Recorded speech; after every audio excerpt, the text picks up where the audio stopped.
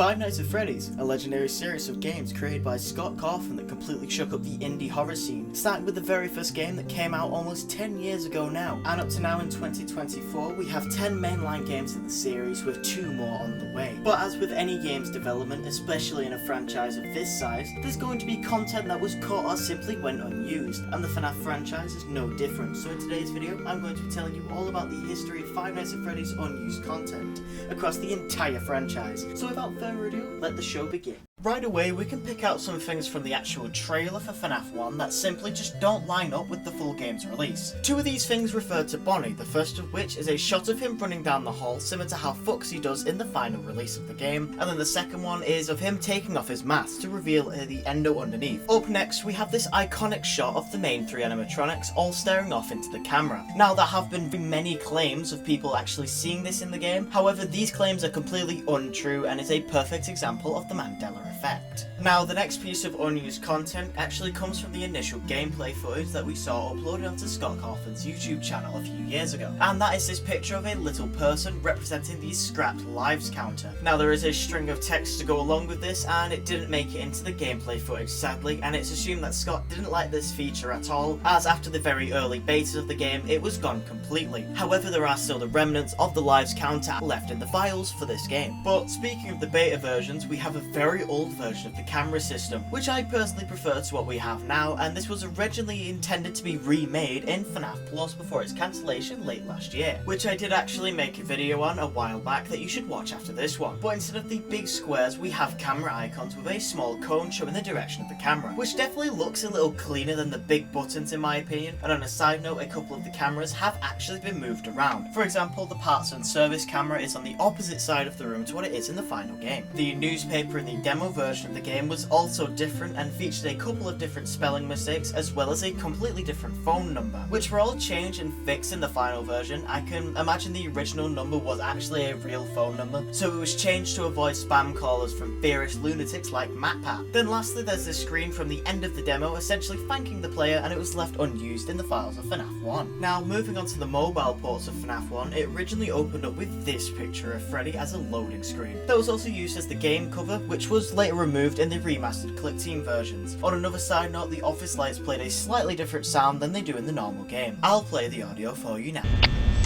When the game was first greenlit on Steam and given its own page, it was uploaded with this image of Freddy without the iconic mask on, showing off an endo head that was never used in the final games. This endo had red eyes and much sharper teeth, which is wildly different to the endo we actually got, who has buck teeth and blue eyes. Then lastly, for the 4th character in the game, which we now know as Foxy the Pirate Fox, Scott originally had a wolf character and a beaver character. Now, the beaver character likely resembled Chipper from his previous failed project, and we can imagine the wolf character could have been something similar to Twisted Wolf as seen in the Twisted Ones novel. But I am quite happy that we ended up with Foxy instead of any other character, as I don't think the FNAF franchise would be the same. Now, that's actually all for the unused content that's present in FNAF 1's files. So without further ado, let's move on to first things first. I'd like to point out that overall FNAF 2 has much less unused content than the first game, but has much bigger things that were cut. For example, an entirely cut mechanic, and the only remnants of this are the unused toxicity meter that was left in the game files, which Scott later confirmed in a Darko interview that it was a way to nerf the mask slightly, just so players couldn't keep it on the entire night and cheese their way through the game. Up next, we have 3 completely unused renders of some of the characters in the game. 2 of these belong to the puppet / marionette, the first of which being this super close-up image, which is nearly identical to his jump scare frame, simply lacking his glowing white eyes. Second is a full body render complete with strings attached, and this likely would have shown up in the office before he jump scares you, which is hinted by its file name literally being Puppets in the Office. Now, the final one is this render of Toy Chica I talked about in a short a couple of weeks back. Now, this is not the version that was used in the final game, but instead a separate file just completely on its own that was going to be used similar to the Toy Bonnie one when he enters your office. Now, to clear up a little bit of confusion that was left behind in that YouTube short a few weeks ago, yes, there is an incredibly similar image of Toy Chica that was actually used in the game. However, this image is stored as a completely separate file in the game's code. So I'm completely unsure why there's a duplicated version, as when looking at both of the pictures, there seemingly is no difference. Now, for some odd reason, this game also has the lives counter icon and its text in the game files, and yet again, it's completely unused alongside the demo text left over from, well, the demo, of course. Now, the next set of unused content is shown in the teasers that actually began with FNAF 2, and sadly we never get these kinds of things anymore, but alas, the main thing is this Foxy teaser. Now this Foxy design is obviously not the one that appears in the final game, which is strange because this is not the first teaser. This one of Freddy was, and it's obvious that Scott had already decided to use slightly different designs for the withered animatronics. So it is incredibly strange that we see classic Foxy here from FNAF 1 rather than withered Foxy from FNAF 2. However, the main possibility in theory for this is that withered Foxy's design just wasn't finished yet. But also Mangle has a hook here, and as shown throughout the rest of the franchise, she does not have a hook like at all. However, her repaired Funtime/Toy Foxy version does, but she does not. But that's actually everything for FNAF 2. Now we can talk about FNAF 3.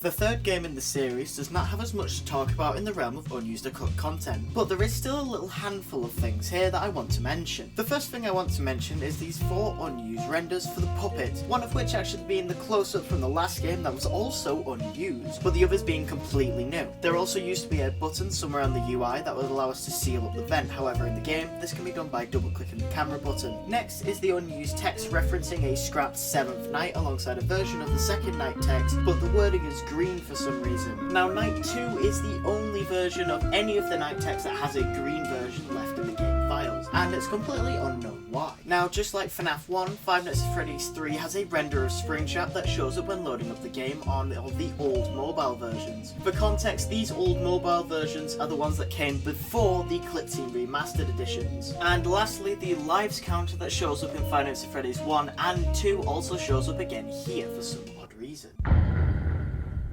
On the other hand, Five Nights at Freddy's 4 has a nice chunk of unused or scrapped content for us to talk about, which is a big relief after how short Five Nights at Freddy's 3 was, so let's get straight into it. The first of which is this text that reads chapter. Now this is speculated to be either the new names for the nights in this game or titles for the end of night minigames you would get. There's also an unused, fully animated star sprite, which doesn't really have any information on what it could have been used for. However, I believe it could have been used like the stars you get in games like Five Nights at Freddy's 3, where you unlock a star for each ending, usually 3 per game. Just like the previous 3 installments of this franchise, we have some leftover artifacts from the demos, although instead of just being text, there is this render of Fredbear that was unused that I found kind of cool when searching for this stuff on the wiki. Oh yeah, there was also an opening screen with Nightmare Freddy on it, just like all of the other ones, which was removed in the Game Jolt Remastered version, yet again just like the others. Now the next thing is very interesting and involves the Halloween update for the game, in which if you beat 2020 mode, very similar to what happens if you beat the max mode on the normal version, you were treated to seeing the box. However, in this version of the game, the box would have been able to be opened and have its locks removed. Now this becomes important again in the next section of the video, so keep this in mind until then. Now similar to Five Nights at Freddy's 2, there are a couple of design changes from teaser to game. A main example of this is Nightmare Foxy having this absolutely massive metal tongue, which was removed as Scott thought it wasn't scary enough in the Darko interview. The next thing is with Mangle, and she hangs from the ceiling pretty similar to her OG counterpart in FNAF 2. Now, I don't think this was an unused mechanic, instead I think it was more of a reference to the fact that in Five Nights at Freddy's 2 she would often hang down from the ceiling, for example when she shows up in the centre hallway. Although it would have been really cool to see her like this in the hallways during FNAF 4. Now to end this section of unused content, there is a different noise used for the jump scare between the trailer and the final game, with the one in the trailer sounding more animalistic in comparison to the final version. Now I actually like the trailer version more than the final one, mainly because in my opinion it's scarier. But alas, jump scare warning to headphone users out there,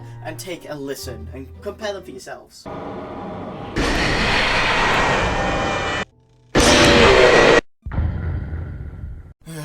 FNAF World actually has a lot of removed content in comparison to the other games in the series, which I guess is to be expected just because of how much there is to do in the game, as it is the first RPG style FNAF game. But let's just get right into it. There's an unused music track for an ice cave area, which was never added into the game, which I have used as the background music for this section of the video. And on the topic of audio, there's this unused dialogue for JJ, which I think would have been in the Foxy minigame found in the Halloween update. Here, take a listen. Now I'm going to kick your ass!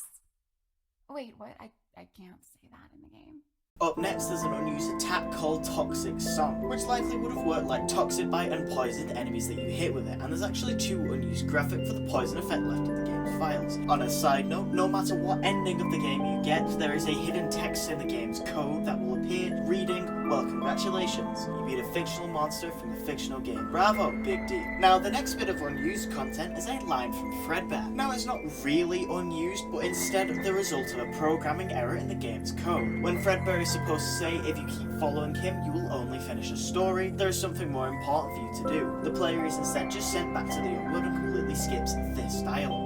Now, we have a little bit of a follow-up topic from Five Nights at Freddy's 4. Remember how I mentioned the box being openable in the FNAF 4 Halloween DLC? Well, the actual render of the open box is present in this game's files, meaning there was probably going to be something important to the lore in this game that never came to pass. There's an unused equation left in the game files that's related to the character's strength values, and I'm not even going to try and understand this, so moving on, we have a few removed enemies, being the robotic enemies in the snow biome as seen in the trailer, that look pretty similar in design to the prototype in the main game. Then we also have a golden mech crab, also seen in the trailer. Another thing shown in the trailer is this old overworld, and we can actually see Freddy move diagonally. How awesome! And for some strange reason, this is a major topic of discussion in the FNAF community, or at least it was when FNAF World came out. I guess Freddy walking diagonally is just that thrilling. Now, the next lot of unused content is relatively random and unimportant, so who's ready for a quickfire round? 3, 2, 1, go! There's an unused red chip related to Haunting, an old brow boy sprite containing the colours of the final character with the body of Ball Boy, a swimming turtle likely from DD's fishing hole, an alternate cupcake sprite for the healing animation, an unused graphic for the party creation menu, and lastly a star likely to have been awarded upon getting an ending. Thank God, that's over. My vocal cords are strained. Let's talk about sister location, shall we? Alright, after that amalgamation of a sentence, I think it's time we move into the sister location part of this video, which luckily for my vocal cords has significantly less stuff to talk about. So we start things off strong with this unused sprite of Ballora, likely receiving an electric shock from the main control room, and the key thing to note is that her face is wide open here and looks pretty neat and scary. Next up is this unused render of Circus Baby in the game, which to me looks like it could have been an early version of the game's promo image, but we don't actually know what this could have been for, so that's just a theory. Game theory. Let's move on. Now, the vent cutscenes are some of the most underwhelming parts of this game, and there's actually an unused map render that would have been used to highlight what vent you're currently in, and could have also been used to show what room you're going to. But that's not confirmed, so that's just a theory. I'm not about to shout it again. I got a complaint from my neighbours like 5 minutes ago. But moving on from that funny side note, there's also an unused 8th minigame cutscene that is near enough identical to the first, barring the fact that the neighbours look more disturbed and can actually be viewed via a glitch in the game. Another interesting find is these two voice lines for the female character that you usually hear upon entering a room. Here, take a listen. Motion trigger. Technician control. Glass pressure trigger. Please do not push against the glass. Now, moving into the pre-release content for this game, the fourth teaser shows off 7 minibabs, although there's only 2 shown at any given point in the game, so it doesn't really make too much sense, but it does look cool for the teasers though. Then the next thing is this teaser of Bonbon and Bidybab in the vents, although we never actually see this happen in the actual game. Again, this was probably just to sell the idea of the DLC a little better. Lastly, for this game, there is an absurd number of unused voice lines for Funtime Freddy, and according to these, he was supposed to originally have a German accent. Take a listen. Hello, little children. Glad to see you back again. Come closer. I'll sing a song for you.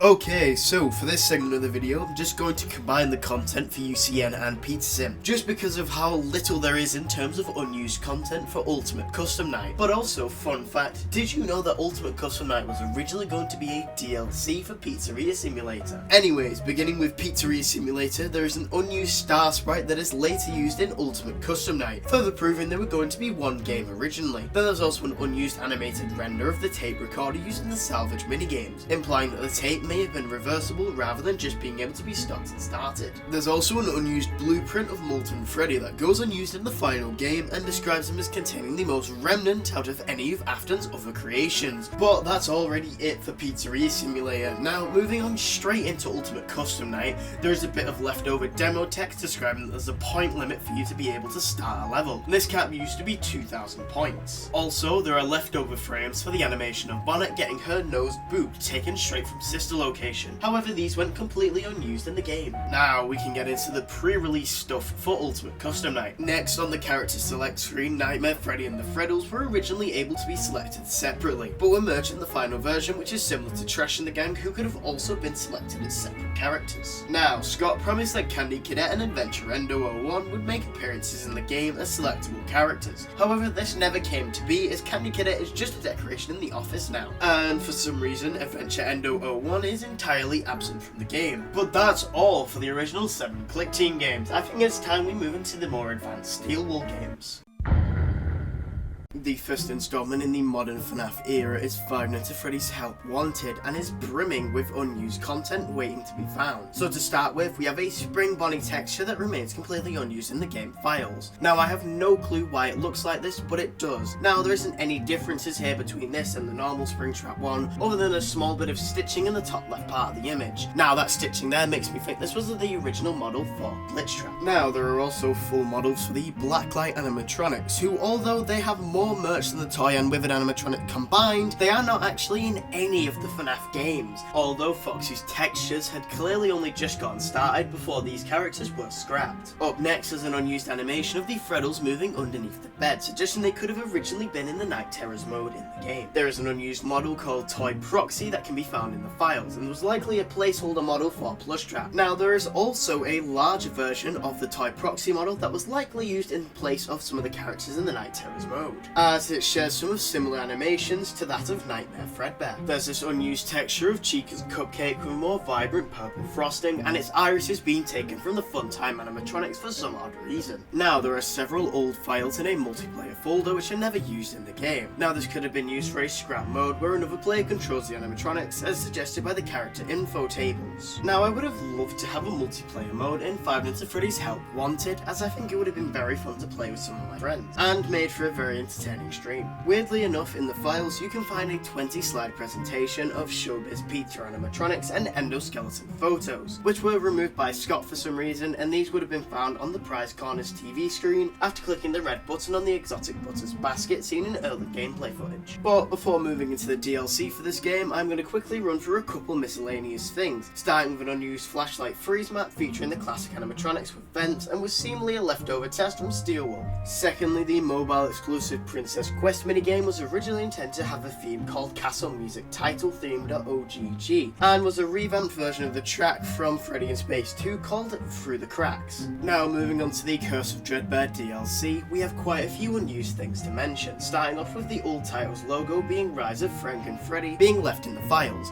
Furthermore, there's an unused texture of the Freddles that was intended for a Build-A-Mangle level in the Spooky Mansion, and due to their burnt looking texture they have been dubbed the Burnt Freddles. Grim Foxy has an unused animation where instead of raising up his scythe like he does in the final game, he would raise up his head and howl like a wolf. Various early icons are left in the files of the game, and I can't find the images to describe in detail, so here's the wiki's explanation of how they look. Even after all of the new levels has been added to the DLC, the coming soon icons are still present in the game files today. Finally, we can mention the pre-release stuff for this game, of which there is only a handful of differences. There's an early screenshot of Nightmare Fredbear, however he is miscoloured and has Nightmare Freddy's textures. No idea why, but it's there. Spring Bonnie was originally featured in some of the promotional material for the game, which further implies that he was supposed to show up at some point. In the PAX East demo, we can see a fan-made render of the cupcake in the office, which was likely a placeholder as it was later replaced by Scott's official model. But that's everything for FNAF Help Wanted 1. Now, before we get into the behemoth that is Five Nights at Freddy's Security Breach, I wanted to talk about FNAF AR's Special Delivery, which actually shut down earlier this year after being around for just shy of 5 years, having released in the August of 2019. And there's surprisingly a decent amount of hidden content in this game, actually more than Pizzeria Simulator and Ultimate Custom Night combined, so let's get straight into it, shall we? To begin with, we have a bunch of unused Faz facts that would have popped up every single time you open the game, and I'll put them all up on the screen right now, but these would actually show off little snippets of lore and were not available in the final release of the game. And in a similar fashion, there are a bunch of unused emails that you can find on the wiki, as there are way too many for me to cover here. So many to the point that this segment might have been the same length as Security Breach, if not at least double the length. As with many other mobile games today, there was evidence of a paid VIP subscription service left in the game files, and it fills me with joy that this never came to pass. But if it did come to pass, it likely would have included some exclusive characters, better rewards with easier gameplay, and many other perks Plus for those who pay. For some reason, Plushtrap actually had a lot of unused assets left over in the game's files before actually making its debut in the game, which actually happened a year after the game's initial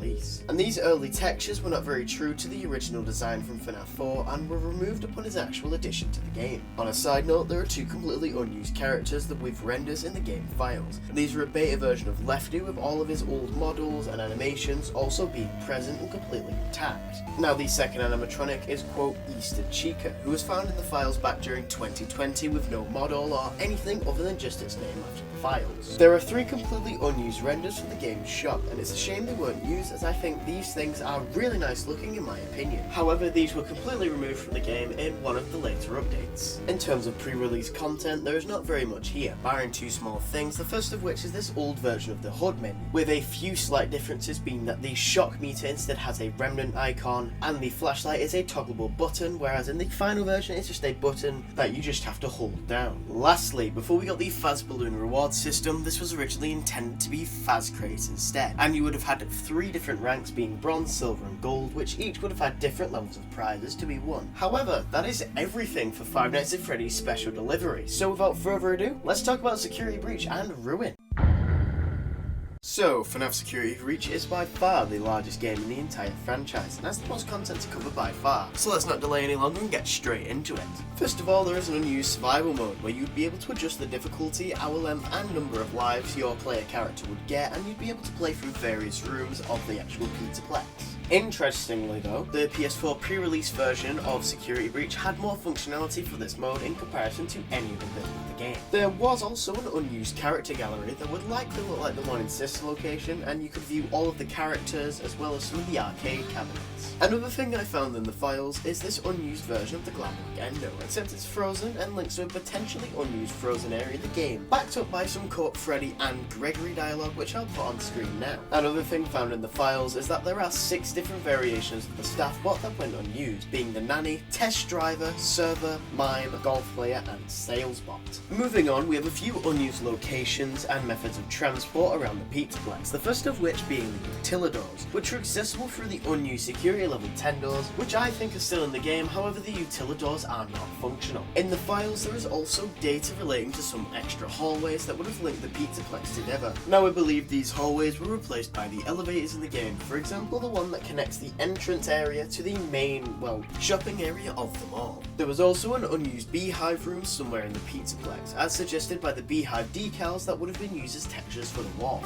Next, I would like to mention a few of the unused minigames that are left over in the files, and I'll speed through these ones. The first is Bonnie Bowl, likely similar to the one in Help Wanted 2, a lengthened version of the Monty Golf AR section in Ruin, a Roxy Raceway minigame that would likely lead into the cutscene where you just fucking smashed Roxy's face with a car. Up next is a collection of unused collectibles. Here's the list of things, and in my opinion, I think the most important item here was likely the Helpy and Nightmare Helpy toy. However, their purpose is still unknown, but they are both in the equipment category, meaning they would have been used for something. There's a few unused mechanics and assets that we are going to go through right now, starting off with the Vanny meter, which is intended to be used when Vanny was actually a major villain in the game's story. And if this meter would fill up whilst Vanessa was out and about, then Vanny would appear. Burn Trap also apparently had a larger role in the game, as there is an unused chase sequence with most of its data still intact left in the files. There is also a lot of unused or cut voice lines that I'm not going to go through in this video, as a lot of them are just reworded in the final game and pretty much just mean the same thing. But other than all of those voice lines, that is actually it for both Security Breach and Ruin, according to both the AAA Fazbear Wiki and the Five Nights at Freddy's Wiki. So let's talk about the final section of this video, aka Starting off, we have a couple of unused animations, the first of which is Monty's unused jump scare animation, and the other two belong to Glamrock Chica, with one being a falling animation and the other being an unused win animation, likely from the Pizza minigames. Secondly, there are 2 unused models left in the game, one being the unused plush baby model from Help Wanted, and then a Monty model from Security Breach, which combined with his jump scare frame suggests that he was originally going to appear in the game, which makes it all the more strange that he is the only one of the Glamrock animatronics to not make an appearance, in the Help Wanted sequel. Heck, even Glamrock Bonnie's in the game. Lastly, there are a few leftover demo tutorial cards from the PAX East 2023 event. Now, I don't have any images, so here's the wiki's description, take a look. But that's actually all for the FNAF franchise in terms of unused content. Now, I am working on a couple of new ideas for videos in the future, one being a brand new part of the FNAF in Minecraft series, with a twist of course, and also a couple of miscellaneous videos describing things like removed or forgotten FNAF characters, and I also have my Bendy in the Dark revival video on the way soon enough. But if you did enjoy this video, then make sure to like and subscribe for more stuff like this, and until next time, have a great rest of your day and night, and goodbye everybody.